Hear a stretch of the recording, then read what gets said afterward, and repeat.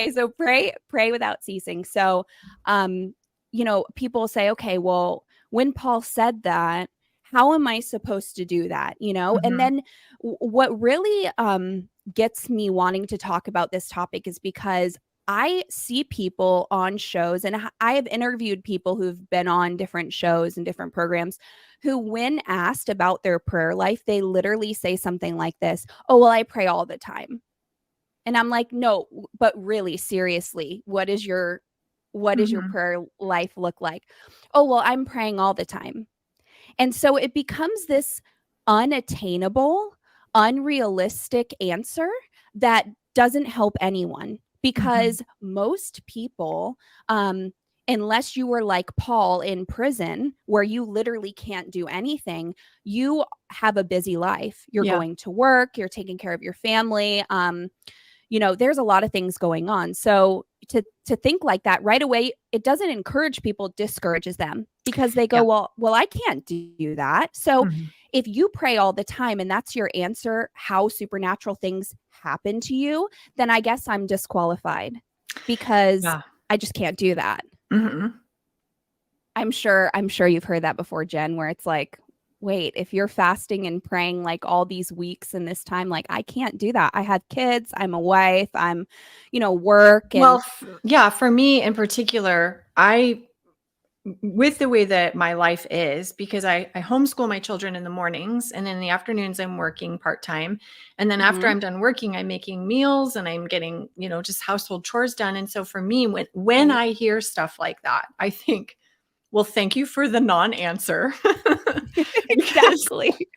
I have no idea what to do with that. And so I guess I'll stick to praying in the shower, which is where I usually have clear free time, Yep. Yep. Oh, I hear you. I mean, and so then I started thinking to myself, okay, so obviously people are linking spirituality with the amount of works.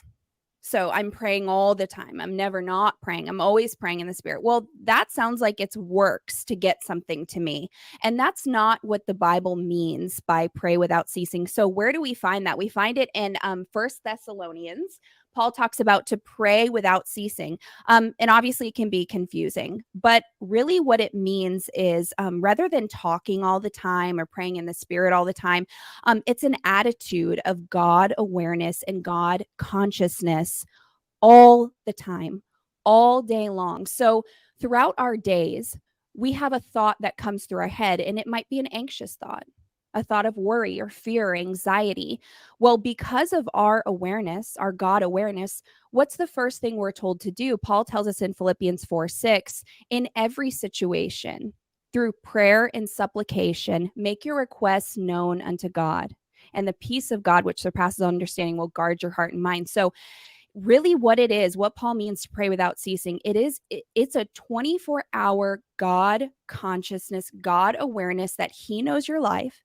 He sees what's going on. And when thoughts come into our head or situations arise in our life, which, let's be honest and real, no matter how devoted you are to Christ, you're going to walk through hard times. Yes. That is guaranteed in the scripture to us. Yeah. Jesus says, you're going to go through tribulation, but take heart, I've overcome the world.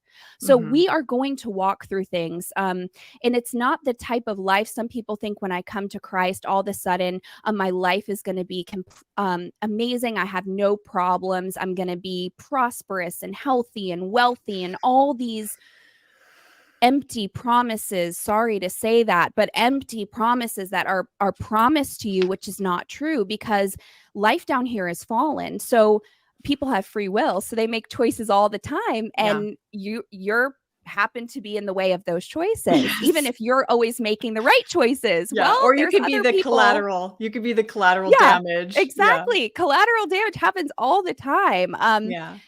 Accidents happen, things happen. So what it means is that, our thoughts as Christians, when we come to Christ and we receive Jesus, what happens is he gives us a new heart.